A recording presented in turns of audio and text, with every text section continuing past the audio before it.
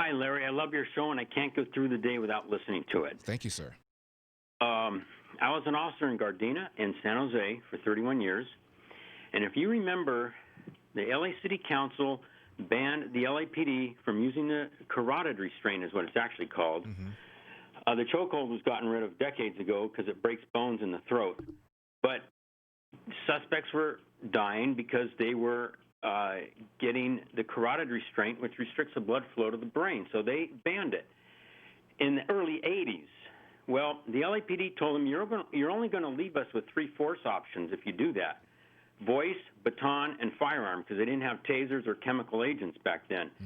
The city council told them, we don't care. We'll rather pay for broken bones and have deceased suspects. So what happened 8 years later? The Rodney King incident. That's what's going to happen. It's going to be the law of unintended consequences. You're taking away a use of force option, and they're going to have to resort to something else that could be even deadlier or worse on video, like you witnessed in the Rodney King incident. Mike, back up for a second. I've never heard any officer say that had that tactic not been taken away, Rodney King would not have happened. I've never heard anybody say that. What I've always heard is that these officers just kind of went nuts and started pounding this guy. And he was trying to get up, to be sure, but they kept hitting him and hitting him and hitting him. And I haven't heard any officer justify that based on what you just now said. Had we had another technique, this wouldn't have happened to Rodney King. So I just want you to amplify that, explore that for me. That was written in a book called right after the Rodney King incident was had occurred and had been investigated. That was I had the book. I don't know what I forget the name of it.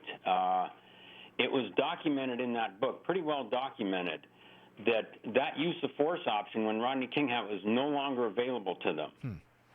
That's interesting. Well, Mike, thank you very much for calling, and thank you for being out there protecting and serving. I really do appreciate it. My understanding with Rodney King is that he just got his butt kicked by a bunch of officers that just kind of went nuts. I have several friends who work on the force, and I remember one of them said there was no reason for, quote, those officers to whoop on that man like that, close quote. So that's my understanding. I had no idea that there was a feeling, at least on the part of some people, that but for the taking away of the chokehold or the carotid hold, whatever you call it, that would not have happened. I've never heard anybody say that. But anyway, Mike, thank you very much for the call. I appreciate it. 888-971-SAGE, 888-971-7243. Kevin is also a retired police officer. Kevin is in Ventura, California. Kevin, thank you so much for calling. I appreciate it. Oh, hi, Larry. How are you? I'm doing great. Thank you, sir. The time that I was on the police department, we used a carotid restraint, and we never had anybody die on the carotid restraint. And what it did for us, it made what could have been a long, drawn-out brawl into 15 seconds, somebody out. Maybe the worst that happens, they wet their pants, but, you know, they wake up with the handcuffs on and the show's over.